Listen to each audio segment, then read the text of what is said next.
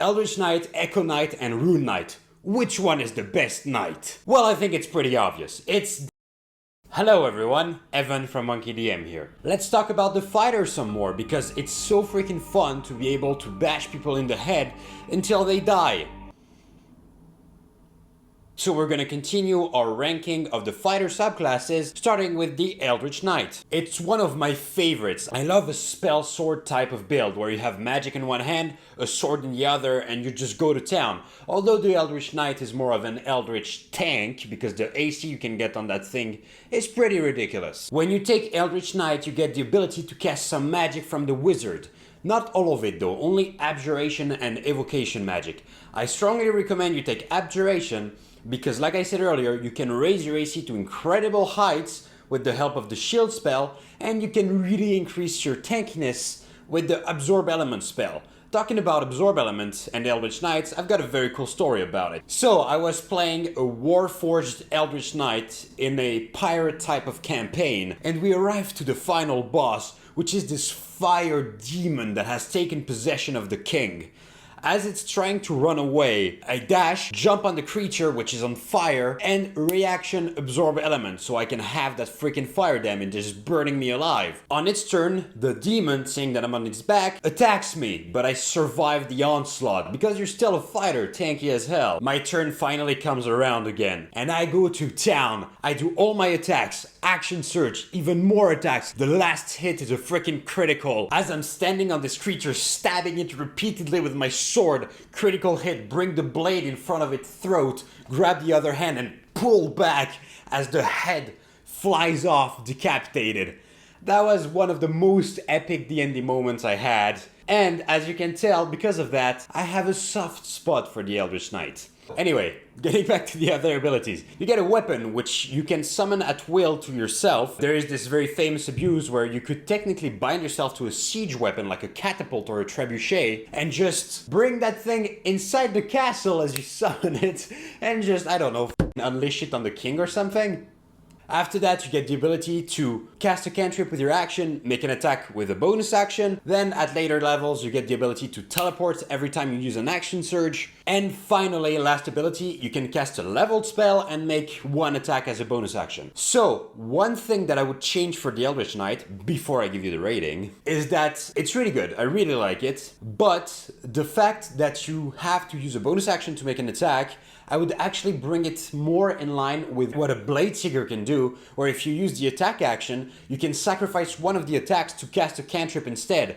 I think this would really bring the power of the Eldritch Knight up. So what's its rank? Well, first of all, make sure you like, subscribe, and click the bell button. Done it? Okay, good, you're the best. Now, Eldritch Knight, ranking A. It's a really good subclass, even though you know that in my heart it is an S tier. But mechanically speaking, A. Now, next up, from Tasha's Cauldron to everything, the Jedi. The Psi Warrior. The Psi Warrior is a fighter who augments their physical might with Psi-infused strikes, telekinetic lashes, and barriers of mental force. Sounds like something we know. Just maybe? So the subclass already wins the cool competition because, yeah, it's a Jedi. But what can you do with it? Well, first you get some psionic dice, which you can use to unleash some powerful abilities. In a way similar to the Battlemaster, except that they come back on a long rest. With those dice, you can decrease the damage that is dealt to your allies, you can increase the damage that you deal with your attacks, or you can grab creatures or objects with the power of your mind. Okay, that's it. I'm calling Disney. This is complete copyright infringement. I'm joking. Disney, please don't sue. I really like this subclass. After that, you get Force Jump and you can push back enemies with the Force. Yes, I'm calling it the Force. Then you get Resistance to Psychic Damage, which is mildly useful, and a very good ability where you can end a charm or a fear condition which is applied onto you. And then you can create a Shield of Force, which is so intense that it gives half cover to all your allies within range, for the low cost of one psionic dice, which is quite good. With the final ability, you get to cast Telekinesis at will, only using a simple psionic dice, which is super good and super flavorful. I really love this subclass. It's full on Jedi Master. It's really awesome. But how does it perform? Well, it's a very solid option. With the psionics, you can do a lot of very cool stuff. I wouldn't say it's full-on S tier. It's not like Echo Knight kind of broken.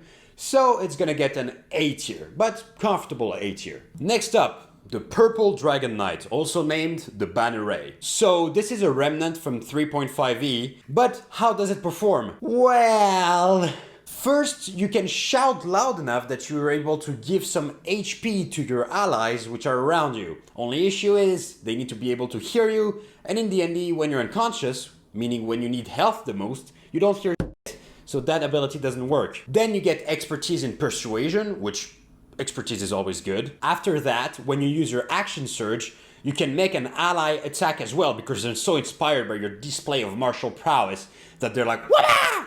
and they make an attack as well. It's extremely useful on a rogue, for example, with their sneak attack. After that, if you roll a saving throw and fail it and use Indomitable, you can cause an ally to do the same thing if it's against the same spell, which is useful for sure. So, how does the subclass do? Because that's all the abilities it gets.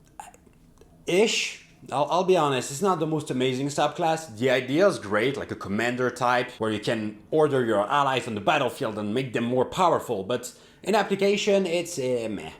So this subclass gets a C tier. It's not unplayable, it's playable for sure, but it's really not that great, not that good. Let's move on to the next one. The Rune Knight. Also coming from Tasha's Cauldron of Everything, the Rune Knight is super cool. It's North flavored with all the runes and the giant and everything along those lines, which I absolutely love. I mean, the first compendium I ever did for my homebrew stuff is literally called the Northern Lights Compendium.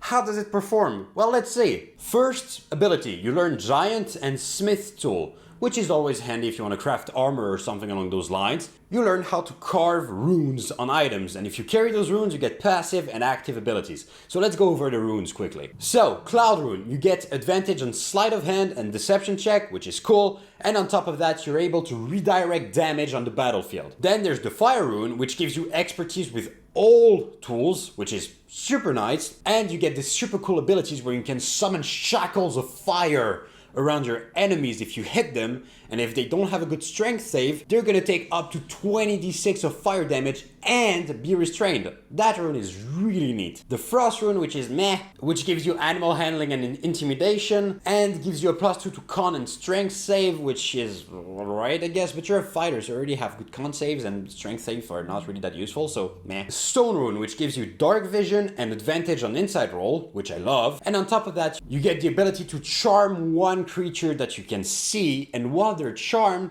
they're incapacitated. Yeah. This ability is pretty much Hold Monster, which is a 5th level spell, which is so good, except that they repeat the save, that's it. This ability is really strong. Then you get the Heal Rune, which turns you into a dwarf, because basically you get resistance to poison and advantage on poison saves. And you get this cool ability where you basically rage, because you have resistance to piercing, slashing, and bludgeoning damage for 1 minute. Quite handy. And then finally the Storm Giant rune, which allows you to never be surprised and have advantage on Arcana checks, and the juicy part is, for 1 minute you have this transformation where you can use your reaction to give advantage or disadvantage to any attack roll that you see.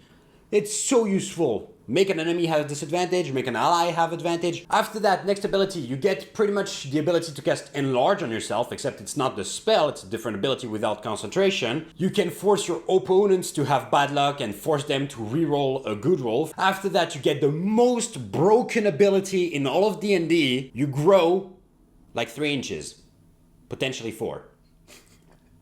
Yeah, that ability is not that great. And then after that final ability, you can use your Giant Smite to, instead of becoming large, becoming huge, and increase the damage that you do in that form. So, how does this subclass do? Well, it's good. It's really good. Like you saw, the runes are all super nice, except for the Frost rune. Very versatile, you can do a lot of things. As you level up, you get more and more uses of your runes. Really solid subclass overall. I would say because it has this ability, which is just you grow a little bit in size, it kind of knocks the class out of S tier. If this ability was something which was actually good, this subclass would totally be S tier. But as it stands right now, it's very solid A tier. And I'm really hesitating to put it in S, but let's go with A. So, Eldritch Knight, Echo Knight, and Rune Knight. Which one is the best knight? Well, I think it's pretty obvious. It's the Echo Knight. Matt Mercer's subclass is just so freaking good because you can fly, you can teleport at will.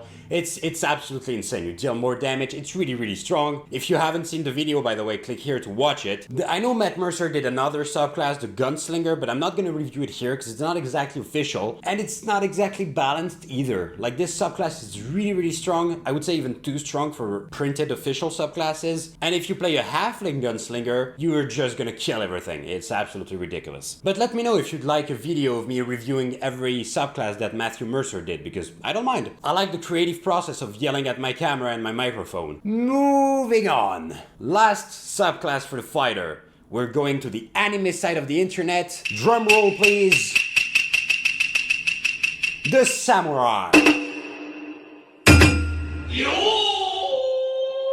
Except from the fact that it is clearly inspired by some culture of the world. What does the samurai do? Well, you get a bonus skill, which is always nice. After that, you get the ability to give yourself advantage on all your attack rolls for a turn, multiple times per day. You get the ability to add your wisdom modifier to any persuasion checks that you make, which can come in handy, allowing you to be a face for the party, even if your charisma isn't that high. You also gain proficiency in wisdom saving throws, which is amazing because now you're proficient in con and wisdom saves, which is super good because most of the saves are those two. Then every time battle starts, you can get your mega advantage ability if you don't have it already. After that, you get this very anime-like ability where you forgo precision to instead deal more blows, as you can forget your advantage and instead get more attack rolls. And then you get the most anime of all abilities, Strength Before Death, where basically, if you're knocked to 0 HP, you can have a flashback, think of all the good memories and the happy moments and all that YouTube money that you're about to make. Like, no, I will not fall now, and instead make some attacks, get a full turn, and then after that, if you're still at 0 HP, you fall unconscious. So,